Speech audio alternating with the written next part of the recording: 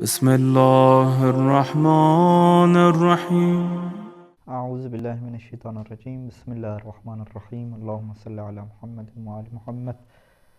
الحمد للہ رب العالمین والصلاة والسلام علی محمد وعلی اجمعین واللعنۃ الدائمۃ علی اعداء محمد وعلی محمد. اما بعد، وفقنا اللہ وإیاکم للعلم والعمل الصالحین انشاءاللہ تعالی. الزجاجی ان من العرب من یبنی امس علی الفتح وانشد علیہ قولہ مذ امس وهو وهم والصواب ما قدمناه من أنه معرب غير منصرف وزعم بعضهم أن أمس في البيت فعل ماض. یہاں پہ ہماری جو گفتگو کا شجرہ ہے کہ ہم کلمہ کی 3 اقسام میں سے سب سے جو پہلی قسم ہے اسم، اس کے بارے میں کیا کر رہے ہیں، گفتگو کر رہے ہیں. اور یہ جو اسم ہے اس کی ہم نے 2 قسمیں بیان کی تھیں کہ ایک اسم مبنی ہوتا ہے اور ایک کیا ہوتا ہے، معرب ہوتا ہے. اور پھر ہماری جو گفتگو ہے وہ مبنی کے اندر کیا ہے، چل رہی تھی. ٹھیک ہے جی. یہ جو مبنی اسم ہے اس میں ہم نے کہا تھا کہ اس مبنی اسم کی کتنی قسمیں ہیں، 4 قسمیں. یا مبنی علی الکسر ہوگا، یا مبنی علی الفتح ہوگا، یا مبنی علی الضم ہوگا، یا مبنی علی السکون ہوگا. پھر ہم نے شروع کی کس سے، مبنی علی الکسر سے کیا گفتگو شروع کی، مبنی علی الکسر سے. یہاں پہ مصنف نے کہا کہ مبنی علی الکسر میں سے ہمارے پاس ایک ہی مثال ہے کہ جو عربوں کے ہاں مبنی علی الکسر ہے اور اس کے اوپر سب کا کیا ہے، اتفاق ہے، اور وہ کیا ہے، ہا اولائی ہے. ہا اولائی کے علاوہ 2 مثالیں ایسی ہیں کہ جس کے بارے میں اختلاف ہے. ایک جو ہے وہ باب حضامے ہے. ٹھیک ہے جی. باب حضامے کی اگر ہم تعریف کریں تو ہم یہ کہتے ہیں کہ اعلام مؤنثہ، مؤنث چیزوں کے جو اسماء ہیں، علم ہیں، جو فعال کے وزن پہ آتے ہیں، انہیں کیا کہتے ہیں، باب حضامے کہتے ہیں. باب حضامے میں جو اہل حجاز ہیں ان کا یہ کہنا ہے کہ یہ مبنی علی الکسر ہے مطلقاً، چاہے آخر پہ را آتی ہو یا را نہ آتی ہو، جبکہ بنو تمیم کا اس میں اختلاف ہے اور ان کے آپس میں بھی کیا ہے، یہاں پہ گروہ بندی ہے. تیسری چیز جس کے بارے میں اختلاف ہے وہ کیا تھا، امسے تھا. لیکن کون سا امسے، کہ جس کا معنی کیا ہو، کل ہو، گزرا ہوا کل. ٹھیک ہے، جو ایک دن پہلے والا ہے وہ کیا ہے، اس سے مراد ہو. یہاں پہ بھی اختلاف تھا بنو تمیم کے بارے میں اور اہل حجاز کا. تو اہل حجاز تو اسے کیا کہتے ہیں کہ اگر اس سے مراد کیا ہو، قبل یوم کا، ایک دن پہلے والا ہو، تو یہ امسے کیا ہوگا، مبنی علی الکسر ہوگا. بنو تمیم کے ایک فرقے کا یہ کہنا ہے کہ یہ جو ہے وہ مبنی علی الکسر جو ہے وہ نہیں ہوتا، بلکہ یہ کیا ہوتا ہے جی، کچھ صورتوں میں یہ معرب ہوتا ہے اور کچھ صورتوں میں کیا ہوتا ہے، یہ مبنی ہو جاتا ہے. یعنی ان کا نظریہ کیا ہے، یہ عجیب سے ایک فرقے کا. یعنی وہ یہ کہتے ہیں کہ یہ حالت رفع میں کیا ہوتا ہے، معرب رہتا ہے، مبنی علی الضم رہتا ہے، جبکہ یہ حالت نصبی اور حالت جری میں کیا ہو جاتا ہے، مبنی ہو جاتا ہے. اور حالت نصبی اور جری میں یہ مبنی ہوتا ہے کہ اس کے اوپر کسر کے اوپر کیا یہ مبنی ہو جاتا ہے. یہ اس ایک نظریہ سے اس کی بات گزری تھی. ایک اور بنو تمیم ہے، ان کا جو نظریہ ہے اس عجیب نظریے سے ہٹ کے ہے، اور ان کے پاس کیا ہے، کچھ اشعار بھی کیا موجود ہیں. ان کا کیا نظریہ ہے کہ یہ معرب ہے، لیکن اعراب اس کا کون سا ہے، غیر منصرف والا ہے. ٹھیک ہے، وہی حالت رفع میں کیا آ جائے گا، ضم آ جائے گا، اور نصبی اور جری میں کیا آ جائے گا، فتح آ جائے گا. اور انہوں نے جو ہے وہ ایک شعر کو بھی کیا پیش کیا. ٹھیک ہے، لقد رأیت مذ امسا، یہ جو شعر تھا کہ لقد رأیت مذ امسا، کہ وہ جو بوڑیوں والا شعر تھا کہ 5 بوڑیاں جو چڑیلوں کی شکل میں تھیں جو کھا رہی تھیں. امسا جس کا یہ قافیہ جو چل رہا تھا، تو اس کے اندر کیا تھا، مذ امسا جو ہے یہ کیا تھا، شعر میں ان کا شاہد مثال تھا، مذ امسا. ٹھیک ہے جی. یہاں پہ کیا تھا، یہ بحث تھی. تو بنو تمیم نے جو ہے وہ اس شعر میں مذ امسا کو لیا اور کہا کہ دیکھیں جی، مذ امسا میں اگر امسا جو ہے وہ اہل حجاز کے مطابق مبنی علی الکسر ہوتا تو یہاں پہ جو ہے امسے ہونا چاہیے تھا. ٹھیک ہے، اگر آپ ام سے پڑھتے ہیں تو شعر کے جتنے قافیے ہیں وہ ٹوٹ جائیں گے، کیونکہ شعر کا قافیہ کیا ہے؟ امسا، خمسا، ہمسا، زرسا، تعسا، یہ سب کے آخر پہ آ رہا ہے، تو یہ کیا ہو جائے گا؟ ام سے ہو جائے گا، تو آگے سارے جو ہے وہ فتح کے ساتھ آ رہے ہیں، تو وہ سارا شعر کا قافیہ تبھی بیٹھ سکتا ہے کہ جب شعر کا مذہب کیا ہو؟ ہمارے والا ہو، اور ہم کیا کہتے ہیں؟ یہ مورب ہے، اور یہ مز کیا ہے؟ حرف جارہ آنے کے بعد یہ کیا واقعہ ہو رہا ہے جی؟ اس کو اعراب غیر منصرف والا دیا جا رہا ہے، یعنی حالت جر میں بھی اس کو کیا دیا جا رہا ہے؟ فتح دیا جا رہا ہے، تو یہ ان کا کیا شعر تھا۔ مصنف نے بھی کیا مان لیا کہ ٹھیک ہے جی، ان کے پاس یہ دلیل موجود ہے، اور بنو تمیم کے بارے میں مزید بحث مصنف نے نہیں کی یہاں پہ، لیکن مصنف نے کہا کہ اس شعر کے متعلق جو ہے وہ جس طرح بنی تمیم والوں نے اسے اپنے حق میں لیا ہے، کچھ لوگ جو ہے وہ اسے اپنے حق میں لیتے ہیں اور کہتے ہیں کہ جو بنو تمیم کی جو دلیل ہے اس شعر سے وہ کیا ہے؟ درست نہیں ہے، ٹھیک ہے جی۔ وہ کہتے ہیں کہ دو گروہ ہیں، ٹھیک ہے، دو قسم کے جو ہے وہ کچھ لوگ ہیں، ایک میں تو جو ہے وہ بڑا نام زجاجی کا ہے، ٹھیک ہے، زجاج نحوی ہے، زجاجی جسے کہتے ہیں، تو ایک بڑا نام ہے زجاجی کا، اس کا بھی اس شعر کے بارے میں ایک اپنا نظریہ ہے، زجاجی کے علاوہ کچھ اوروں کا بھی کیا ہے؟ ایک اور نظریہ ہے اس شعر کے بارے میں، یعنی ایک فہم تو کیا ہوگی؟ بنو تمیم کی ہو گئی، ٹھیک ہے جی، یہ پہلی فہم ہوگی۔ مصنف نے اس فہم کو رد نہیں کیا، مصنف نے کہا کہ یہ بنو تمیم کا سمجھنا ہے اس شعر کو بارے میں، بنو تمیم کے علاوہ کچھ اور نحوی جو بڑے بڑے نام ہیں وہ اس شعر سے کچھ اور بھی سمجھتے ہیں، لہٰذا یہ دو باتیں نقل کر کے یعنی مصنف ایک طرح سے کہنا چاہ رہے ہیں کہ بھئی آپ نے جو شعر پیش کیا نا اہل حجاز کا مقابلہ کرنے کے لیے، وہ شعر متنازع فی ہے، ٹھیک ہے، اس کے اندر کیا ہے؟ تنازع چل رہا ہے، وہ الگ بات ہے کہ تنازع ٹھیک ہے یا ٹھیک نہیں ہے، بہرحال اس کے بارے میں کیا قیل و قال موجود ہے۔ اچھا، ان میں سے فرض کریں زجاجی لوگوں کا کیا کہنا ہے؟ ٹھیک ہے، جو زجاجی نحوی ہے،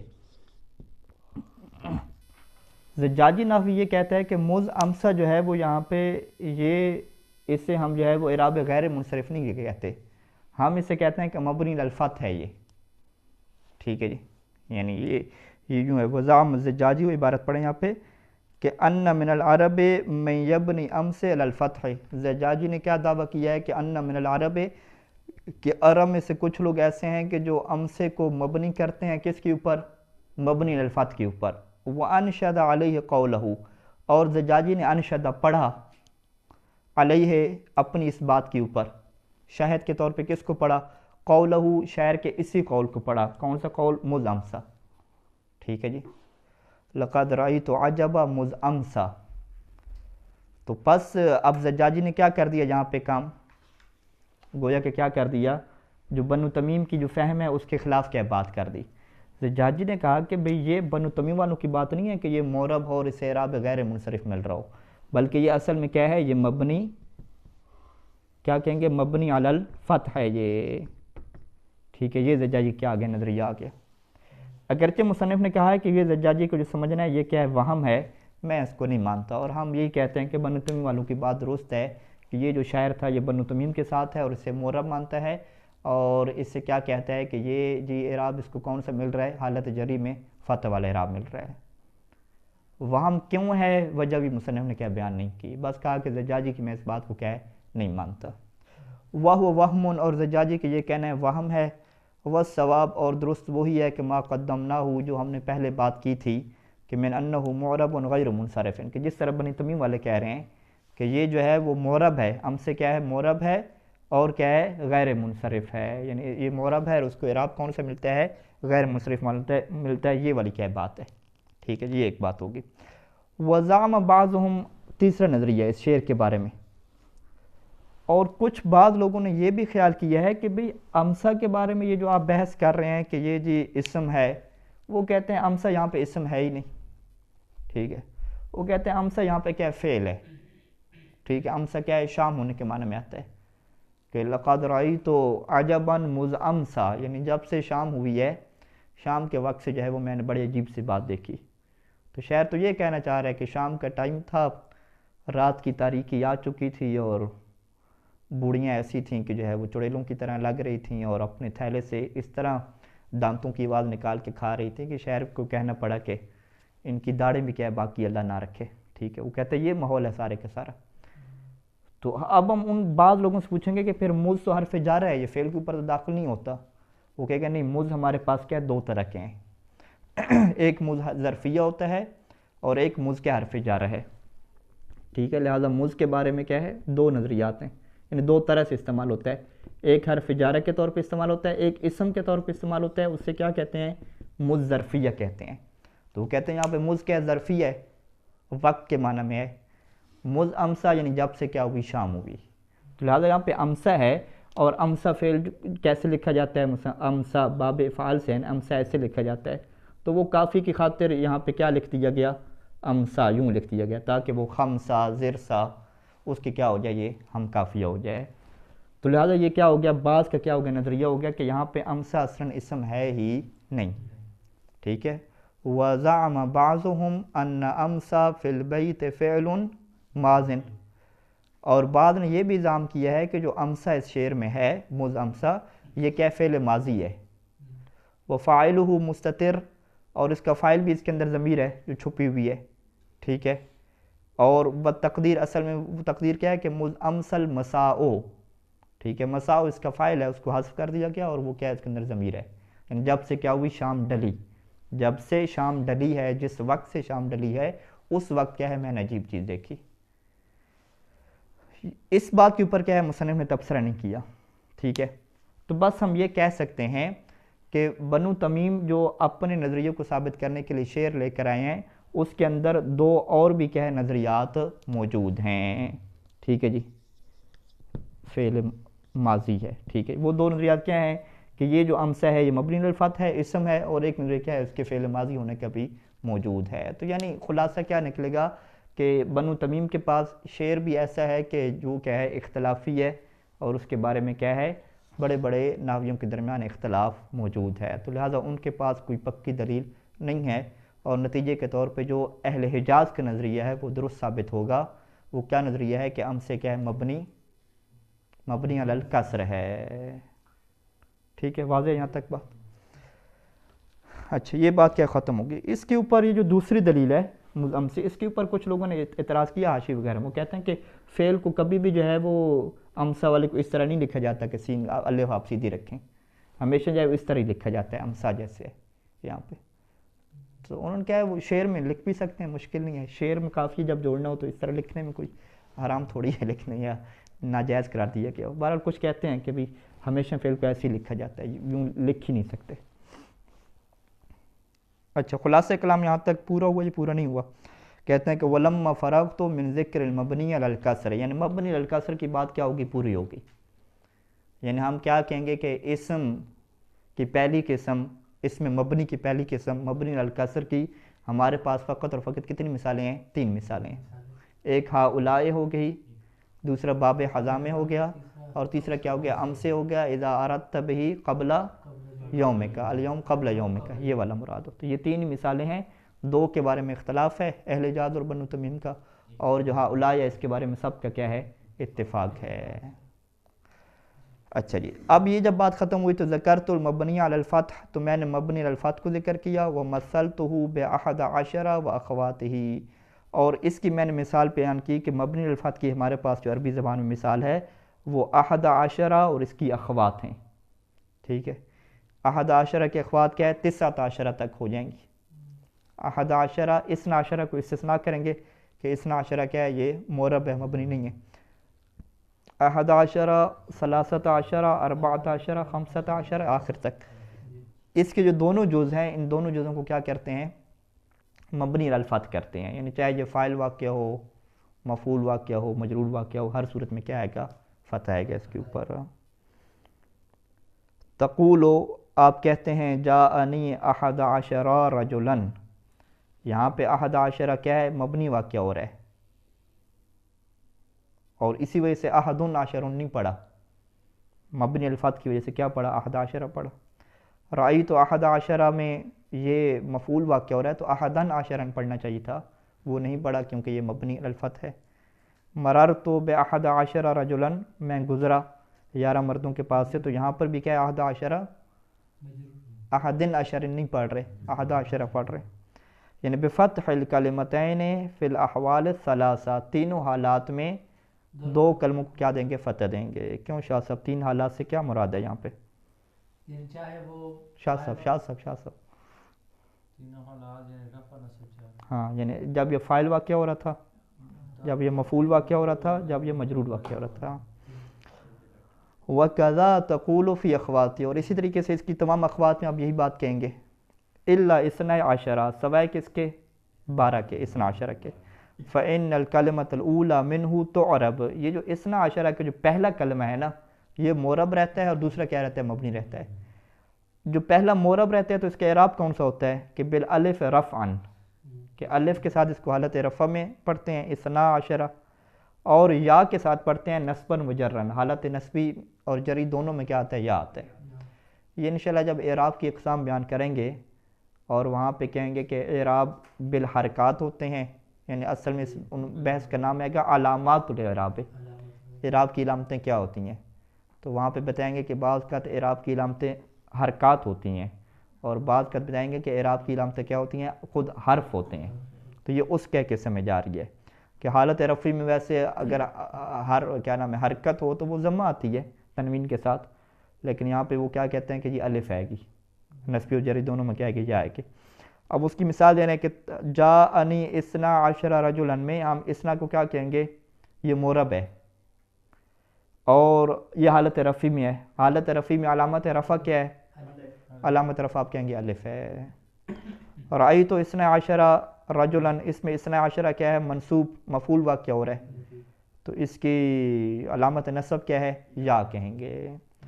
مررت باثنا عشر رجلا، میں اثنا کیا واقع ہو رہا ہے؟ مجرور واقع ہو رہا ہے، تو اس کی علامت جر کیا ہے؟ یا ہے. وَإِنَّمَا لَمْ أَسْتَثْنِ هَذَا مِنْ اطلاق قولی، یہ مصنف ابھی متن کی بات کر رہے ہیں کہ جس کو ہم آخر پہ پڑھیں گے، کہ مصنف نے کہا تھا کہ متن میں نے وہ اخوات ہی مطلق چھوڑ دیا تھا. لم استثنے، میں نے استثناء نہیں کیا. ہاذا کس کا؟ اثنا عشرہ کا. اثنا عشرہ کا میں نے استثناء کیا ہی نہیں ہے. من اطلاق قولی، کہ جب میں نے اپنے قول اخوات ہی کو استعمال کیا، یعنی متن میں نے سیدھا کہہ دیا کہ کیا کہہ دیا؟ کہ احد عشرہ و اخوات ہی مبنی علی الفتح ہوتے ہیں. ٹھیک ہے، ہم کہیں گے اخوات ہی میں تو اثنا عشرہ بھی آ جاتا ہے. اس کو تو آپ کو کہنا چاہیے تھا کہ الا اثنا عشرہ، یوں کہنا چاہیے تھا. کہتے ہیں وہاں پہ میں نے استثناء نہیں کیا. کیوں؟ لأننی سأذکر فیما بعد، کیونکہ میں بعد میں جا کے ذکر کروں گا.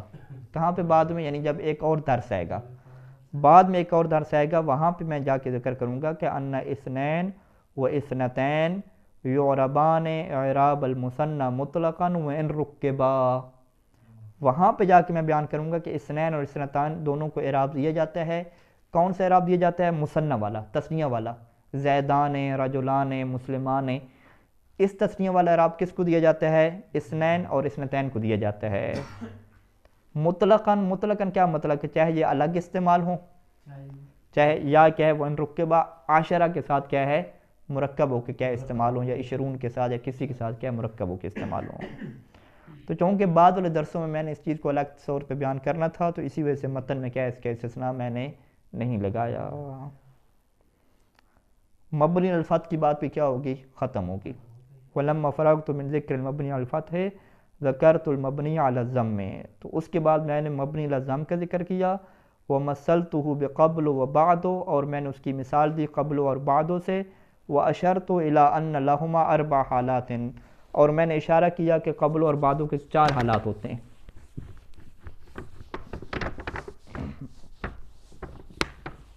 اچھا جی، ہماری بحث جو ہے وہ اسم کی جو مبنی ہے اس کی کیا ہے؟ تیسری قسم پہ جا رہی ہے، اور تیسری قسم کا ہم نے نام کیا رکھا؟ مبنی علی الضم. ٹھیک ہے، یہ ہم کہیں گے کہ تیسری قسم ہمارے پاس کیا ہے؟ مبنی علی الضم. اس میں جو مثال ہے ہمارے پاس قبل و بعد و، اور آگے کہیں گے کہ اسماء الجہات جو ہوتے ہیں،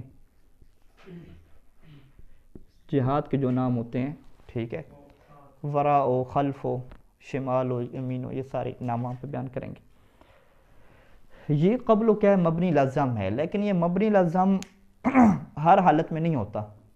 ٹھیک ہے، اس کے 4 حالتیں ہیں، اور 4 حالتوں میں سے فقط ایک حالت میں کیا ہوتا ہے؟ یہ مبنی لازم ہوتا ہے. ٹھیک ہے جی. قبلو کا مطلب کیا ہے پہلے، بعدو کا مطلب کیا ہے بعد میں، ٹھیک ہے جی۔ اس کو آپ مضاف کے طور پہ استعمال کر سکتے ہیں، ٹھیک ہے۔ مثال کے طور پہ مثلاً ہم یہ کہتے ہیں کہ جئتو، میں آیا، قبل زیدن، زید سے پہلے، ٹھیک ہے۔ جئتو کا قبل زیدن، میں آپ کے پاس زید سے پہلے آیا، تو یہاں آپ قبل کو کیا کر رہے ہیں، مضاف کر رہے ہیں، ٹھیک ہے جی۔ بعض کو آپ مضاف کرتے نہیں ہیں، آپ سیدھا کہہ سکتے ہیں کہ درست قبلاً، کہ میں نے اس چیز کو کیا ہے پہلے ہی پڑھ لیا تھا، ٹھیک ہے۔ ویاتی بعدن، یہ چیز کیا ہے بعد میں آئے گی، وہاں پہ آپ مضاف نہیں کرتے۔ تو اگر آپ اس کو مضاف کریں اور مضاف الیہ کا ذکر کریں، یا آپ مضاف نہ کریں، تو یہ تو کیا ہوگا، یہ پھر مورب ہوگا، اس سے آپ مبنی نہیں کہیں گے، ٹھیک ہے۔ اور یہ مورب ہوگا اور اس کا جو اعراب ہے وہ ظرف والا آتا ہے، ٹھیک ہے۔ اچھا، یعنی یہ دو حالتیں کیا خارج ہو گئیں، یعنی اگر آپ مضاف کرتے ہیں اور مضاف الیہ کا ذکر کرتے ہیں، یا مضاف نہیں کرتے ویسے کیا استعمال کرتے ہیں۔ اب یہ جو مضاف کرنا ہے نا، اس کی کیا ہے کچھ حالتیں کیا بنتی ہیں مضاف کرنے کی۔ مضاف کرنے کی ایک حالت ایک ایسی ہے کہ جس میں آپ یہ کہتے ہیں کہ مضاف الیہ کو ہم کیا کرتے ہیں، حذف کرتے ہیں، ٹھیک ہے جی۔ یعنی ہم یوں بناتے ہیں کہ قبل اور بعد کو آپ کیا کریں گے، مضاف کریں گے۔ مضاف کرنے میں کیا کریں گے آپ، مضاف الیہ کو کیا کریں گے، محذوف رکھیں گے۔ مضاف الیہ کیا ہوگا، محذوف ہوگا۔ مضاف الیہ کو جب محذوف کرتے ہیں تو اس کی کیا ہے دو صورتیں ہوتی ہیں، کہ مضاف الیہ کو محذوف کرنے کے بعد کیا اس کے لفظ کو آپ مقدر مانتے ہیں یا اس کے معنی کو مقدر مانتے ہیں۔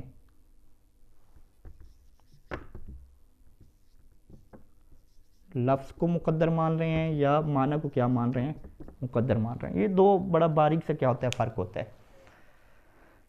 مثال کے طور پہ میں یہ کہتا ہوں کہ درست ھذا قبلہ، قبلہ کیا کہ کیا میں نے چھوڑ دیا، اس سے پہلے جو ہے ہم گفتگو کر رہے تھے۔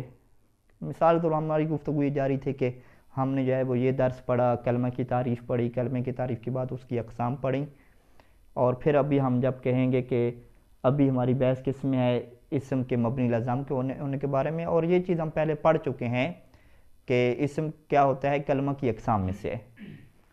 وَدَرَسْتُ هَذَا وَدَرَسْتُ هَذَا قَبْلَ، ٹھیک ہے، یہ چیز ہم کیا پہلے پڑھ چکے ہیں۔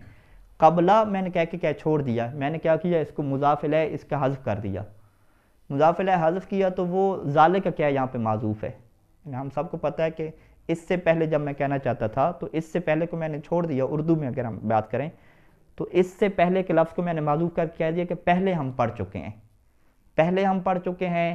عربی میں نے کیا کہا کہ درست ھذا قبلہ، قبلہ کہہ کے چھوڑ دیا تو مضاف الیہ یہاں پہ کیا کر دیا، معذوف کر دیا۔ یہاں پہ جب میں نے مضاف الیہ کو معذوف کیا تو چونکہ پہلے کلام ہو رہی تھی تو اس سے آپ نے فوراً سمجھا کہ اس سے یہاں پہ مضاف الیہ میں جو معذوف ہے وہ ذالک کا کیا ہے، معذوف ہے، قبلہ ذالک کا۔ یعنی میں یہ کہنا چاہتا ہوں کہ ذالک کا، کہ یہ چیز جو ہے وہ ہم کیا پہلے پڑھ چکے ہیں۔ اچھا، یہ کب ہوتا ہے کہ جب پہلے والے کلام سے آپ کو وہ لفظ باقاعدہ سمجھ آ جائے مضاف الیہ کا، کہ یہ کون سے لفظ کی بات کر رہے ہیں، ٹھیک ہے۔ اگر میں فرض کریں بات کر رہا ہوں کہ مسلمانوں نے آپس میں جنگ لڑی، اور جنگ لڑنے کے بعد کیا ہے مسلمان جو ہے وہ فتح یاب ہو گئے، اور اس سے پہلے بھی جو ہے وہ مسلمان فتح یاب ہوتے رہے اور اللہ فیصلے کرتا رہا ہے۔ اب فوراً آپ کیا سمجھیں، اس سے پہلے کیا مطلب، وہی جو مسلمانوں کے غلبے کی بات ہو رہی ہے، کہ مسلمان جو ہے وہ اپنے غلبے سے پہلے بھی کیا ہے غلبہ پاتے رہے اور اللہ کیا ہے ان کے بارے میں فیصلہ کرتا رہے تھے، ٹھیک ہے۔ تو اس سے کیا کہتے ہیں کہ یہاں پہ مضاف الیہ محذوف ہوا ہے اور اس کے لفظ کو آپ نے کیا رکھا ہے، مقدر رکھا ہے، کیونکہ پہلے والے کلام کی اس کے اوپر کیا دلالت موجود ہے۔ بعض اوقات کیا ہوتا ہے کہ جو پہلے والا کلام ہے اس کے اندر ایسی کوئی بات ہی نہیں ہوتی، یا پہلے کلام ہوتے ہی نہیں ہے، بعض اوقات اس سے آپ کو کوئی لفظ سمجھ نہیں آ رہا ہوتا کہ مضاف الیہ کے یہاں پہ کون سا لفظ رکھیں۔ آپ یہ کہتے ہیں کہ ہاں یہاں پہ کوئی نہ کوئی معنی کیا ہے مقدر رکھیں گے تو ہم بات کیا بنے گی، ٹھیک ہے۔ یعنی فرض کریں کہ میں نے مسلمانوں کی جنگ وغیرہ کا ذکر نہیں کیا اور سیدھا کہہ دیا کہ بھئی اللہ کا سارا فیصلہ ہوتا ہے، پہلے اور بعد میں جو بھی فیصلے ہیں وہ اللہ کے ہوتے ہیں، پہلے اور بعد میں، ہم کہ پہلے اور بعد میں سارے فیصلے اللہ کے ہوتے ہیں، یعنی پہلے اور بعد میں کوئی چیز تو مقدر رکھیں گے۔ پہلے اور بعد میں کیا مطلب، یعنی انسان کی خلقت کے بعد، اس دنیا کی خلقت کے بعد، یا مسلمانوں کی جنگ کے بعد، آپ کہیں گے کوئی نہ کوئی معنی کیا ہے یہاں پہ ہم مقدر میں رکھیں گے، کوئی نہ کوئی کلی بات، تب یہ جملہ کیا ہوگا، پورا ہوگا۔ ورنہ پہلے بعد، جب آپ پہلے کے ساتھ بعد کا ذکر کر رہے ہیں تو پہلے بعد میں کسی چیز کی بات تو ہوگی نا کہ جس کے پہلے اور بعد کی بات ہوگی۔ تو یہاں سے آپ سمجھتے ہیں کہ کوئی نہ کوئی معنی ہمیں مقدر میں رکھنا پڑے گا، تو تب کیا بات بنے گی. اب وہ معنی کیا ہے، کوئی بھی ہو سکتا ہے، لفظ اس کا کوئی بھی ہو سکتا ہے. اس سے کیا کہتے ہیں کہ مضاف الیہ یہاں پہ محذوف ہے، لیکن اس کے لفظ کو مقدر میں نہیں رکھا گیا، بلکہ اس کے معنی کو کیا مقدر میں رکھا گیا ہے کہ کوئی بھی آپ معنی کیا مراد لے سکتے ہیں، خاص کوئی لفظ کیا اس کا نہیں ہے. اور اس چیز کو پک کرنا ظاہری بات ہے کہ ذوق کے اوپر کیا موقوف ہے. یہ جو جگہ ہے نا کہ جہاں پہ معنی کو مقدر میں رکھتے ہیں، یہ والی جو جگہ ہے نا، اس کو مصنف کہتے ہیں کہ یہ کیا ہوتی ہے، مبنی لازم کی قسم میں جاتی ہے. کہ قبل و مبنی لازم کب ہوتا ہے کہ جب یہ مضاف کی شکل میں استعمال ہو، مضاف الیہ اس کا محذوف ہو، اور مضاف الیہ کے لفظ کی بجائے اس کے معنی کو کیا ہے مقدر میں رکھا گیا ہو. تو وہاں پہ آپ سیدھا کہیں گے کہ یہ قبل کیا ہو جائے گا، مبنی لازم رہے گا. جب مضاف الیہ کا معنی ذہن میں ہوگا، ہاں معنی ذہن میں ہوگا اور مقدر ہوگا، یعنی مضاف الیہ بھی محذوف ہوگا، تو پھر یہ کیا ہوگا، مبنی لازم ہوگا. لیکن اگر آپ کہیں کہ نہیں مضاف الیہ کا یہاں پہ لفظ کیا ہے، مقدر میں ہے، کیونکہ لفظ آپ کو پہلے سمجھ آ گیا تھا، وہاں پہ مبنی نہیں ہوگا. یعنی ہم اپنے آسان مثال بیان کرتے ہیں. اگر میں یوں کہوں کہ درست ھذا قبلو، درست ھذا اگر میں نے قبلو کہہ دیا، مبنی لازم میں نے رکھا، اس کا مطلب کیا ہے کہ قبلو کے بعد مضاف الیہ محذوف تو ہے، لیکن وہ مضاف الیہ کوئی خاص لفظ نہیں ہے، کوئی بھی آپ معنی کر دیں. اس سے پہلے ہم پڑھ چکے ہیں، اب اس سے پہلے کہاں پہ پڑھ چکے ہیں، وہ کیا چیز ہے، آپ کہیں کوئی نہ کوئی معنی ہے، لفظ ہمیں کیا معین نہیں ہو رہا. اگر میں کہوں کہ درست ھذا قبلہ اگر میں کہوں، آپ کہیں گے نہیں یہ کیا ہے، مورب ہے، مبنی نہیں ہے، مبنی لازم نہیں ہے. کیوں؟ کیونکہ یہاں پہ کوئی لفظ کیا ہوگا، مقدر ہوگا. اب وہ لفظ کیا ہو سکتا ہے جو پہلے کلام میں کیا ہوگا، ذکر ہوگا. وہ عام طور پہ کیا ہوتا ہے، ذالک کا اشارہ ہوتا ہے عام طور پہ وہ. ٹھیک ہے، تو یہ ایک باریک سے فرق ہے جو اشعار میں اور عربی زبان کی آیات وغیرہ میں کیا انسان پک کر لیتا ہے. تو یعنی گویا کہ یہاں پہ قبل و بعدوں کا کیا ہے، جو مضاف ہونے کے حالات ہیں، ان حالات میں جب مضاف الیہ محذوف ہوتا ہے تو وہاں پہ کیا یہ فرق ہے، اور اس میں کیا ہے یہ بحث آئے گی. اگر وہ مضاف الیہ ہوتے ہی نہیں ہے، تیسری حالت یہ بنے گی نا. ابھی مضاف الیہ محذوف کی ہم نے دو صورتیں بیان کر دی نا، یعنی اس کو آپ تیسری صورت بیان کر رہے ہیں اور اس کو کیا گنے، چوتھی صورت بنے. پہلی اور دوسری صورت کیا بنے گی، دوسری صورت کیا بنے گی کہ مضاف الیہ محذوف ہی نہ کریں، آپ سیدھا مضاف الیہ کو کیا کر دیں، ذکر کر دیں. وہاں پر بھی کیا ہو جائے گا، یہ مورب ہو جائے گا. اور پہلی صورت کیا ہوگی کہ مضاف ہی نہ ہو، قبر اور بعد ایسی استعمال ہو بغیر اضافے کے، نہ وہ مضاف الیہ محذوف ہو، نہ ہو ہی نہیں، مضاف کے طور پہ استعمال نہ ہو، تو وہ بھی کیا ہو جائے گا، مورب ہو جائے گا. اچھا یہاں پہ دیکھتے ہیں کیسی مثالیں. وَأَشَرْتُ إِلَىٰ أَنَّ لَهُ أَرْبَعَ حالات، اس کی کیا چار حالات ہیں. احداھا، پہلی حالت کیا ہے کہ ان یکون مضافین، کہ یہ دونوں کیا ہوں گے، مضاف ہوں گے. فیعربان نصبا علی الظرفیت، تو پس یہ دونوں مورب ہو جائیں گے. فیعربان، اب مورب ہوں گے تو اب اعراب کیا دیں گے، نصبا علی الظرفیت، یا تو آپ ظرف کی بنیاد پہ سے نصب دیتے ہیں، یعنی ظرف کیا ہوتا ہے، مفعول فیہ ہوتا ہے. او خفضاً بمن، یا اس کی شروع میں من اگر حرف جارہ لگا ہوا ہے تو اس کی بنیاد پہ اس کو کیا دے دیں، خفضاً جر دے دیں. ٹھیک ہے، جیسے مثال دے رہے ہیں کہ جئتو کا تقول، آپ کہتے ہیں جئتو کا، میں آپ کے پاس آیا، قبل زیدن، زید سے پہلے. قبل کیا ہو رہا ہے یہاں پہ، مضاف واقع ہو رہا ہے. زید کیا واقع ہو رہا ہے، مضاف الیہ واقع ہو رہا ہے. مضاف الیہ یہاں پہ ذکر ہے، تو قبلہ کو یہاں پہ کیا پڑھیں گے آپ، منصوب پڑھیں گے. منصوب کیوں پڑھا، اگر آپ ترکیب میں پوچھیں گے آپ کہیں گے کہ منصوب کیا ہے، ظرف واقع ہو رہا ہے. اور ظرف کیا ہوتا ہے، منصوب ہوتا ہے، کیونکہ ظرف کیا ہے، مفعول فیہ کی ایک قسم ہے. وَبَعْدَهُ، بعدہ بھی ایسے ہے، یعنی ایک مثال دے دی قبل کی، ایک مثال کس کی دے دی، بعد کی مثال دے دی. فَتَنْصِبُهُمَا عَلَى الظَّرْفِيَّةِ، ظرفیت کی بنیاد پہ آپ دونوں کو کیا رکھیں گے، نصب دیں گے. وَمِن قَبْلِهِ وَمِن بَعْدِهِ، یعنی جئتو کا من قبلہ، جئتو کا من بعدہ. فتخفضہما بمن، یہاں پہ آپ قبل اور بعد کو جر دے رہے ہیں، کس کے ذریعے سے، من کے ذریعے سے. قرآن مجید کی آیت میں آ جائیں.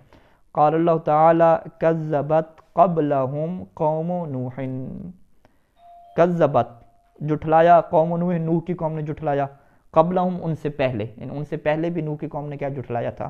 تو یہ قبلہ یہاں پہ کیا ہو رہا ہے، مضاف ہو رہا ہے، مضاف الیہ ہم ذکر ہے واضح طور پہ، تو یہ کیا ہے، منصوب ہے ظرفیت کی بنیاد پہ.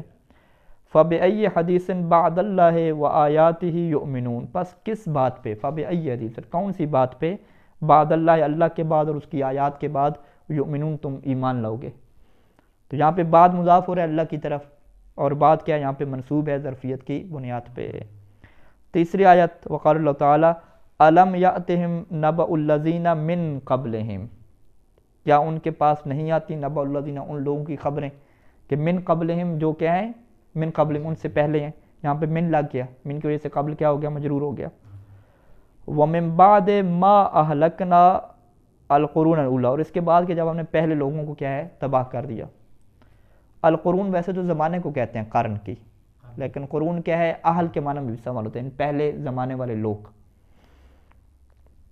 اچھا یہاں پہ بات کیا ہو رہا ہے مضاف ہو رہا ہے کس کی طرف ما کی طرف، ٹھیک ہے ما یہاں پہ موصول ہے من بعد ما،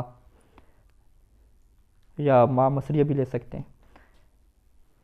تو یہ کیا ہے پہلی حالت ہوگی کہ یہ دونوں مضاف ہوں گے اور مضاف الیہ کیا ہے ان کا ذکر ہوگا۔ دوسری کیا ہے کہ ان یحذف المضاف الیہ، کہ مضاف تو ہوں گے لیکن مضاف الیہ کو کیا ہو جائے گا حذف کر دیا جائے گا۔ وَيُنْوَى ثبوت لفظہ، اور مضاف الیہ کا لفظ کیا ہوگا ثابت ہوگا، یہ جو ابھی ہم نے آپ کو یہ بیان کیا ہے، مضاف الیہ حذف ہوگا لیکن اس کا لفظ کیا ہوگا یہاں پہ ثابت رہے گا۔ فَيُعْرَبَانِ، اس صورت میں کیا ہوں گے یہ معرب ہوں گے، اعراب ان کو دیا جائے گا کون سا الاعراب المذکور، مذکور اعراب دیا جائے گا۔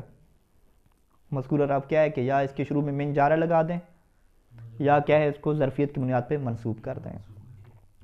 ولا ینونان، تنوین نہیں دے سکتے لنیت الاضافت ہے، کیونکہ اضافت کیا ہے اضافت کی نیت موجود ہے، وجہ کیا ہے کہ مضاف کے اوپر تنوین نہیں آتی۔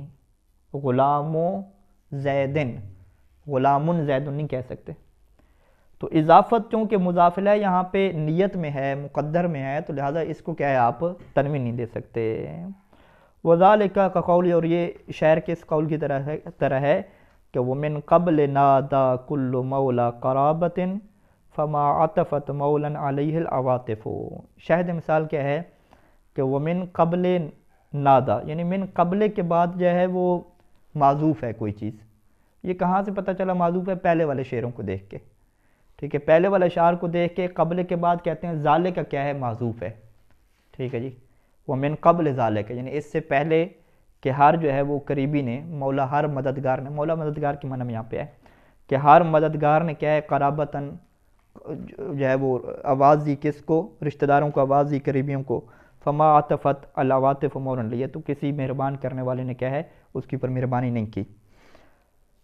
تو یہاں پہ گزشتہ اشعار کو دیکھ کے کہتے ہیں کہ ہمیں واضح طور پہ سمجھ آتا ہے کہ قبل کے بعد جو مضاف الیہ معذوف ہے وہ ذالک کا کیا ہے لفظ ہے، تو لہٰذا یہاں پہ مضاف الیہ معذوف ہے اور اس کے لفظ جو ذالک ہے اس کو کیا ہے مقدر میں رکھا گیا ہے۔ الروایت بخفض قبل بغیر تنوین، یہاں جو اس شعر روایت کی گئی ہے وہ قبل کو کیا ہے خفض جر کے ساتھ پڑھا گیا ہے اور بغیر تنوین کے پڑھا گیا ہے، ٹھیک ہے، یعنی کیونکہ جو پہلے ہم اشعار جو پڑھ رہے تھے ان اشعار میں تو ہمیں واضح طور پر پتہ چلتا تھا کہ قافیہ اس طرح سے بن رہا ہے، تو لہٰذا ہم نے اس قافیے کے مطابق اعراب سیٹ کرنا ہے، وہ تبھی سیٹ ہو سکتا ہے کہ جب ہم عربی زبان کے اس قاعدے کو اپنائیں گے، لیکن اس شعر میں کوئی قافیے کا چکر تو نہیں ہے، ٹھیک ہے، وہ شروع میں بات آ گئی درمیان میں بات آ گئی، تو یہاں پہ پھر چکر کس کا ہوتا ہے؟ روایات کا چکر ہوتا ہے کہ فلاں جو نحوی اور عرب لوگ ہیں وہ اس شعر کو اس انداز میں روایت کرتے ہیں اور فلاں جو عرب ہیں وہ اس انداز میں کیا کرتے ہیں روایت کرتے ہیں۔ تو اب مصنف کہہ رہے ہیں کہ ایک روایت اس شعر کے بارے میں یہ ہے کہ اس شعر کو روایت کیا گیا ومن قبل نادا، قبل نہیں ہے، ومن قبل نادا کے ساتھ کیا اس کو روایت کیا گیا ہے، بغیر تنوین کس روایت کیا گیا ہے، یعنی اس کا مطلب کیا ہے کہ ومن قبل ذالکا، کہ یہاں پہ ذالکا کیا ہے معذوف ہے، فحذف ذالکا من اللفظ، پس جو مضاف الیہ کا لفظ تھا اس سے کیا ہے ذالکا کو کیا کر دیا گیا معذوف کر دیا گیا، وقدرہ ثابتا، اور اسی لفظ کو کیا رکھا گیا مقدر رکھا گیا ثابت شکل میں۔ اچھا جی، وقال الجحدری والعقیلی للہ الامر من قبل، اصل میں آیت میں کیا ہے من قبل و من بعد ہے، لیکن یہ ایک قرات ہے جحدری اور عقیلی کی، انہوں نے اس آیت میں کیا پڑھا من قبل اور من بعد پڑھا، للہ الامر کہ اللہ تعالیٰ کا امر ہے، اللہ تعالیٰ کا فیصلہ ہے، من قبل من بعد اس کے بعد بھی اور اس سے پہلے بھی، تو یہاں پہ وہ کس کو مقدر میں رکھتے ہیں؟ کہتے ہیں آیات کے سیاق و سباق کو دیکھیں گے، یعنی بالخفض بغیر تنوین، یہاں پہ وہ قبل اور بعد کو جر کے ساتھ پڑھتے ہیں، تنوین نہیں لگاتے، اور ان کی مراد کیا ہوتی ہے؟ کون سا لفظ یہاں پہ ہے؟ یعنی من قبل الغلب و من بعد الغلب. تو یہ غلبے کے لفظ انہوں نے کہاں پہ لیا؟ مثلا وہ آیات کے شان نزول کو دیکھیں گے کہ بات کس کی ہو رہی تھی، مسلمانوں کی جنگ کی اور فتح کی بات ہو رہی تھی. تو اب لہٰذا ہم یہ کہتے ہیں کہ مسلمانوں کے غلبے سے پہلے بھی اور مسلمانوں کے غلبے کے بعد بھی سارے کے سارے فیصلے کس کے ہیں؟ للہ، اللہ کے لیے کیا ہیں فیصلے ہیں. تو یہاں پہ جاہدری اور عقیلی کا یہ سمجھنا ہے کہ من قبل ہم پڑھیں گے، قبل نہیں پڑھیں گے، کیونکہ مضاف الیہ کا لفظ جو ہے وہ یہاں پہ ہمیں پک ہو رہا ہے، ہمیں پتہ چل رہا ہے کہ یہ والا لفظ ہونا چاہیے مضاف الیہ کا. لہٰذا یہاں پہ لفظ کیا ہے؟ مضاف الیہ کا محذوف ہے. تو مضاف الیہ کا جب لفظ محذوف ہے تو پھر من قبل کیا ہو جائے گا؟ مرب ہو جائے گا. اس وجہ سے من شروع میں آیا اور من کی وجہ سے آپ کیا دیں گے؟ جر دیں گے. تنوین کیوں نہیں دے سکتے؟ کیونکہ مضاف الیہ یہاں پہ کیا ہے؟ مقدر میں ہے. یہ کیا ہوگی؟ دو حالتیں ہوگی. تیسری حالت کہ ان یقطع عن الاضافت لفظا، کہ اضافت سے اسے کٹ کر دیا جائے، یقطع ان دونوں کو، قبل اور بعدوں کو. ولا ینوی المضاف الیہ، اور مضاف الیہ کو نیت میں نہ رکھا جائے. ٹھیک ہے، یہ ہم نے کہا تھا یہ سب سے پہلی حالت ہے. ٹھیک ہے، شروع ہم کیا بیان کیا تھا کہ قبل اور بعدوں کو مضاف استعمال ہی نہ کریں آپ. ٹھیک ہے جی، یعنی مضاف الیہ نیت میں نہ ہو، اضافت سے کیا اسے جدا کر دیں. فیعربان ایضا علی اعراب المذکور، پس پھر بھی اسے کیا اعراب مذکور ہی دیں گے. یعنی آپ ظرف کے طور پہ اسے کیا دیں گے؟ نصب دیں گے، یا شروع میں حرف جارہ لگیں آپ. ولیکنہما ینونان، اور یہاں پر تو آپ کیا ہے ان دونوں کو تنوین بھی دیں گے. اس کی کیا وجہ ہے؟ لأنہما حینئذ اسمان تامان، کیونکہ اس صورت میں یہ مکمل طور پہ اسم ہو جائیں گے، اس میں تام ہو جائیں گے. اس میں تام کیا ہوتا ہے؟ وہ اس کے ناقص کے مقابلے میں آپ کر رہے ہیں، کیونکہ جو مرکب ناقص ہوتا ہے اسے اس میں تام نہیں کہتے، کہ جب تک مضاف الیہ کا ذکر نہیں کریں گے اسے آپ تام نہیں کہیں گے. اس میں تام یعنی کوئی مضاف الیہ یہاں پہ ہے ہی نہیں. کسائر الاسماء النکرات، جیسے کہ دیگر اسماء نکرہ ہوتے ہیں تو ان کے اوپر تنوین آتی ہے. مثال طور پر آپ کہتے ہیں کہ جئتک قبلا و بعدا، یعنی درست قبلا ہم نے یہ پہلے پڑھا تھا، و درست بعدا، سندرس بعدا، یوں کہہ دیتے ہیں.